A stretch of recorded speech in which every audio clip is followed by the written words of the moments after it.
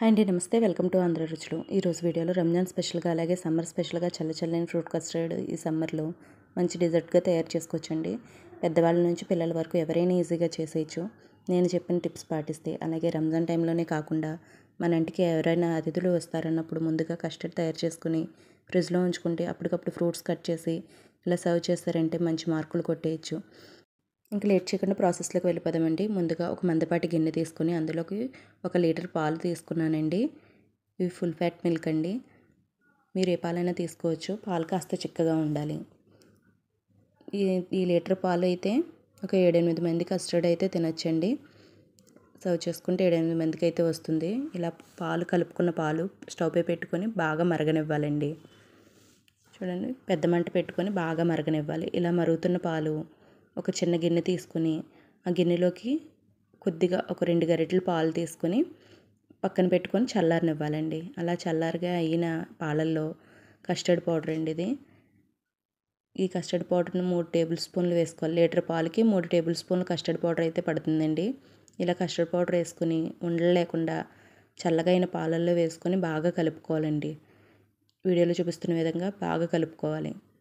అస్సలు ఉండలు ఉండకూడదండి. ఉండలు లేకుండా చక్కగా ఇలా కలిపేసుకొని పక్కన పెట్టుకోవాలి. ఇప్పుడు పాలు బాగా మరుగుతున్నాయి కదండి. పాలు ఒక పావు లీటర్ వన్నే మరిగిపోవాలండి. మరిగిపోయిన పాలల్లో ముందుగా మనం కలిపి పక్కన పెట్టుకున్న ఈ కస్టర్డ్ మిశ్రమం వేసుకొని ఉండలు లేకుండా కలుపుకోవాలండి. కస్టర్డ్ పౌడర్ వేసిన తర్వాత ఇంకా గరిటెతో కలుపుతూనే ఉండాలండి. ఇంకా అసలు ఆపకూడదు. కలుపుతూ లేకపోతే కనుక అడుగున మాడిపోతుంది. ఇలా కలుపుకున్న మిశ్రమంలో ఒక చిన్న గిన్నెడు పంచదార వేసుకున్నానండి. ఇది కొలతలో అయితే లీటర్ పాలకి 150 గ్రాముల పంచదార అయితే పడుతుందండి. కాస్త స్వీట్ ఎక్కువ తినేవాళ్ళు అయితే కొంచెం స్వీట్ ఎక్కువ అడ్జస్ట్ చేసుకోవచ్చు. అలాగే ఇలా మరుగుతున్న పాలలో కుంకుమ పువ్వు వేసుకున్నానండి. కుంకుమ పువ్వు లేని వాళ్ళు స్కిప్ చేసేయచ్చు. వేసుకుంటే టేస్ట్ బాగుంటుంది. అలాగే కొంచెం ఎల్లో ఫుడ్ కలర్ వేసానండి. ఇది కూడా ఆప్షనల్ అండి. ఇష్టమైన వాళ్ళు వేసుకోవచ్చు, ఇష్టం లేని వాళ్ళు స్కిప్ చేసేయచ్చు.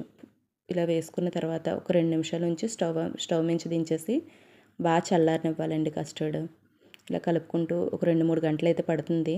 ఇలా కలుపుకొని చక్కగా చల్లగా అయిపోయిన తర్వాత చల్లగా అయ్యే లోపల మనం కావాల్సిన ఫ్రూట్స్ అన్నీ కట్ చేసుకొని పక్కన పెట్టుకోవాలి. ఇప్పుడు చూడండి, కస్టర్డ్ అయితే చల్లగా అయిపోయింది.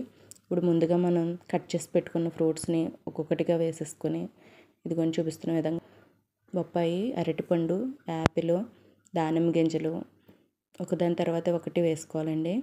వేసుకొని బాగా కలుపుకోవాలి. ఇందులో మీకు నచ్చిన ఫ్రూట్స్ వేసుకోవచ్చండి. ఇందులో చూపించినవే వేసుకోవాలనేవి లేదు. మనకి ఏవైతే నచ్చుతాయో ఫ్రూట్స్ అవి వేసుకోవచ్చు. అలాగే బ్లాక్ అండ్ గ్రీన్ గ్రేప్స్ కూడా, కొద్దిగా జీడిపప్పు కూడా వేసుకున్నానండి. ఫ్లేవర్ వస్తుంది జీడిపప్పు వేయడం వల్ల. అలా జీడిపప్పు కూడా వేసేసుకొని బాగా కలుపుకొని ఒక 2-3 గంటల పాటు ఫ్రిడ్జ్లో పెట్టేసుకుంటే చల్లగా అవుతుందండి. చల్లగా తాగితేనే చాలా బాగుంటుంది. ఇలా కలుపుకొని ఫ్రిడ్జ్లో పెట్టుకున్న తర్వాత ముందుగా నానబెట్టుకున్న సబ్జా గింజల్ని ఒక గ్లాసులో వేసుకొని, ఇది కూడా ఆప్షనలేనండి. మీకు నచ్చితే వేసుకోవచ్చు సబ్జాలు, లేదంటే కనుక ఇలాగే ఫ్రూట్స్ తోటి కస్టర్డ్ తినేయచ్చు. అలాగా బాగుంటుంది. ఇలా సబ్జాలతో కలుపుతుంటే ఒంటికి చలవ చేస్తుంది. అలాగే ఇంకా టేస్ట్ కూడా బాగుంటుందండి. అంతే అండి, ఎంతో రుచికరమైన చల్లని ఫ్రూట్ కస్టర్డ్ అయితే రెడీ అయిపోయింది. సబ్జాలు వేసి ఫ్రూట్ కస్టర్డ్ వేసి పైన డ్రై ఫ్రూట్స్ వేసి ఎలా సర్వ్ చేసి ఇచ్చారంటే ఎవరికి నచ్చదండి. ఇది చాలా బాగుంటుందండి. డెఫినెట్గా ట్రై చేయాల్సిన రెసిపీ. ఈ సమ్మర్లో మంచి టేస్టీ అండ్ హెల్తీ రెసిపీగా చెప్పుకోవచ్చు. పిల్లలు కూడా కొంతమంది ఫ్రూట్స్ తినడానికి ఇష్టపడరు కదండి. ఎలా సర్వ్ చేస్తారంటే అడిగి మరీ తింటారండి పిల్లలు కూడా. అంత బాగుంటుంది. ఇష్టమైతే కొంచెం ఐస్ క్రీమ్ కూడా పైన వేసుకుంటే ఇంకా బాగుంటుంది. మరి ఈ వీడియో కనుక మీకు నచ్చినట్టయితే లైక్ చేయండి, షేర్ చేయండి, కామెంట్ చేయండి అండ్ సబ్స్క్రైబ్ చేసుకోవడం మర్చిపోకండి. మీరు కూడా డెఫినెట్గా ట్రై చేసి మీకు ఎలా కుదిరిందో కామెంట్ చేయండి.